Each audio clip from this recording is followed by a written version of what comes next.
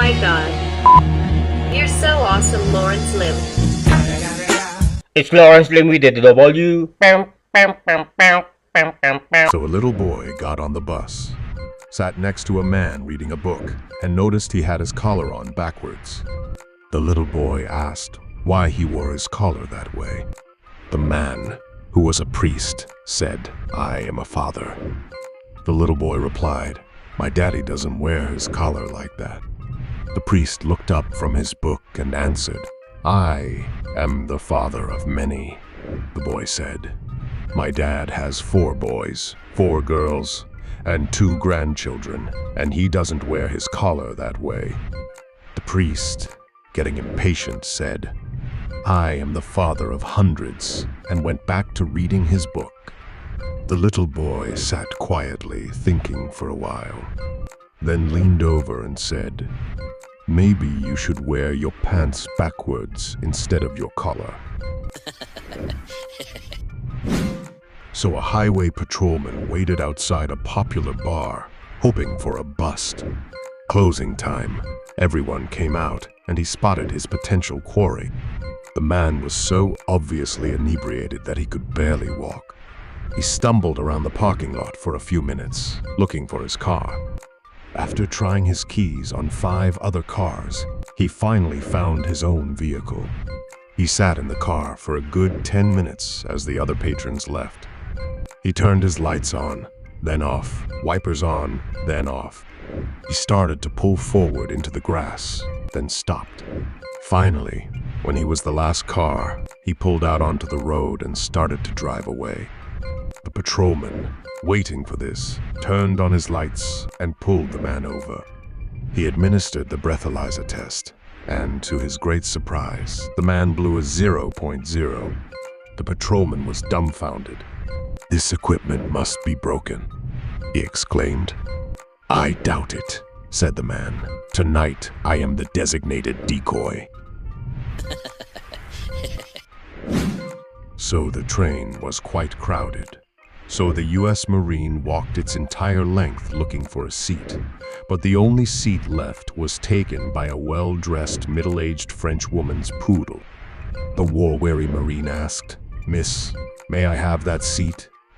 The French woman just sniffed and said to no one in particular, "Americans are so rude. My little Fifi is using that seat."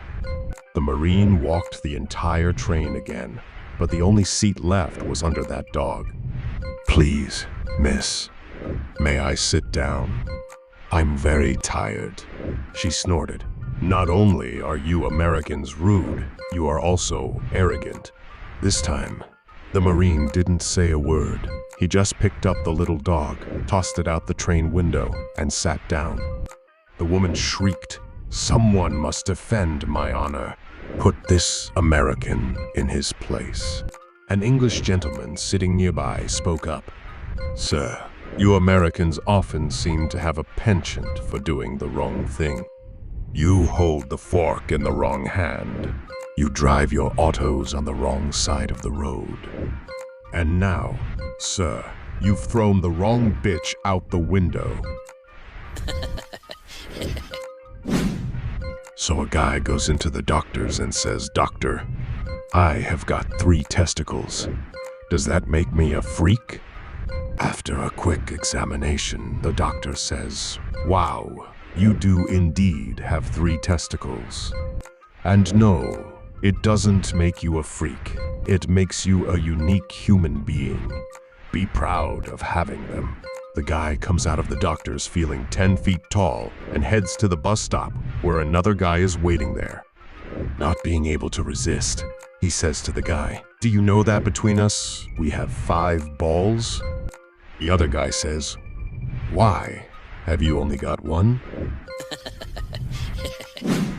So George and Johnny were boarding a flight on Philippine Airlines, looking forward to their upcoming adventure. As they settled into their seats, George couldn't help but notice the incredible views from the window. However, just as the plane reached cruising altitude, there was a sudden jolt, followed by a loud noise. The plane began to shake violently, and the lights flickered on and off. George and Johnny looked at each other in terror, wondering what was happening.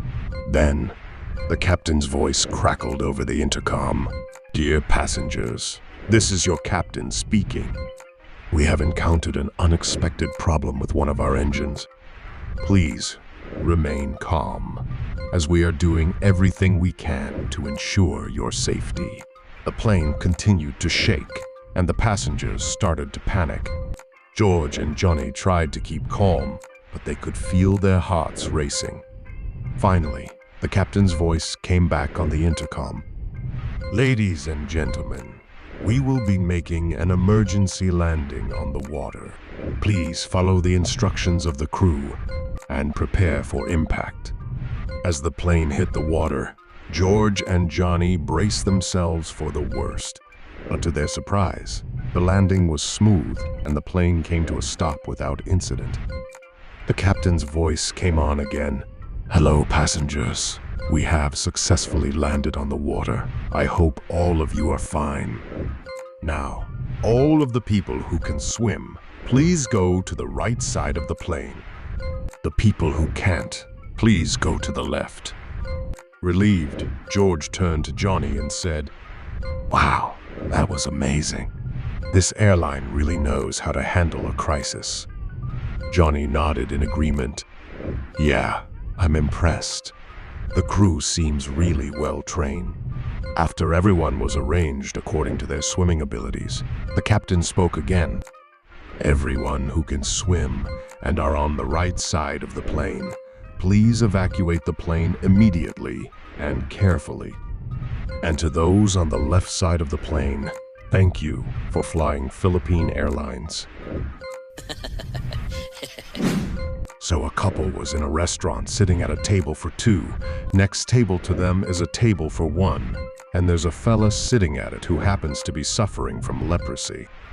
When the couple's starter arrives, the guy looks across at the leper with a look of disgust on his face and pushes his uneaten starter away. The leper notices this and says, "I apologize. I know how bad I look, and I'm obviously turning you off your meal.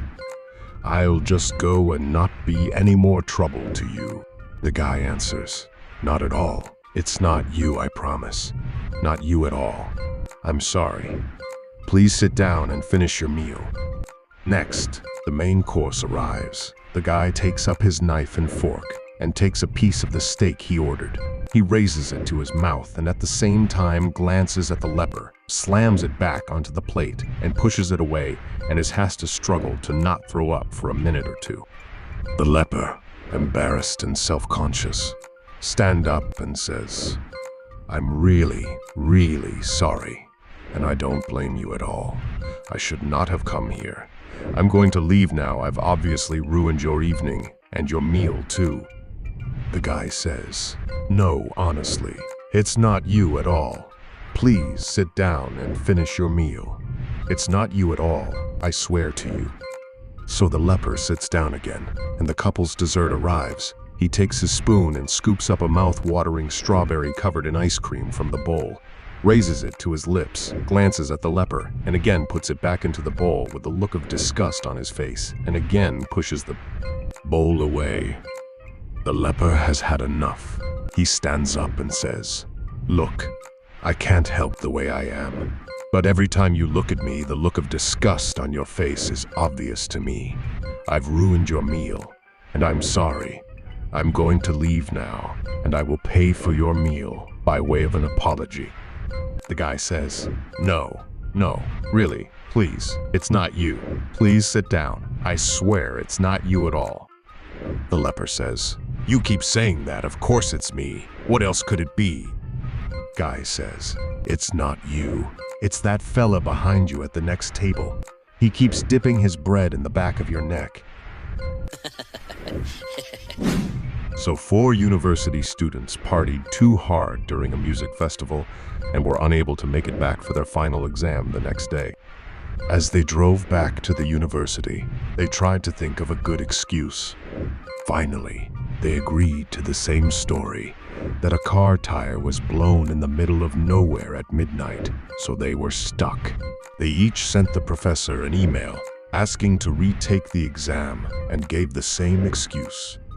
The understanding professor said it was fine and asked them to take the exam the next day, but for fairness, they would have to take a different exam. The next day, they came to the exam room, and as per the usual procedure, each obtained a copy of the exam and sat in a corner. The classroom was big and empty. The professor sat and watched them, so they were nervous. Fortunately, the questions on the first page are fairly easy. Even though these questions only worth 10 out of 100 points, it calmed them down a bit. So they quickly finished the first page at the same time and turned to the second page. There was a single question on it for 90 out of 100 points. Which tire was blown? So a weeping woman bursts into her hypnotherapist's office and declares, "Doctor, I have been faithful to my husband for 15 years. But yesterday I broke that trust and had an affair. The guilt is killing me. I just want to forget that it ever happened." The hypnotherapist just shakes his head, saying, "Not again." I heard a rumor through the grapevine so bold. Lawrence Lim got a million stories untold. From green jokes, conspiracies, and edits with flair. You gotta follow him, baby, if you dare.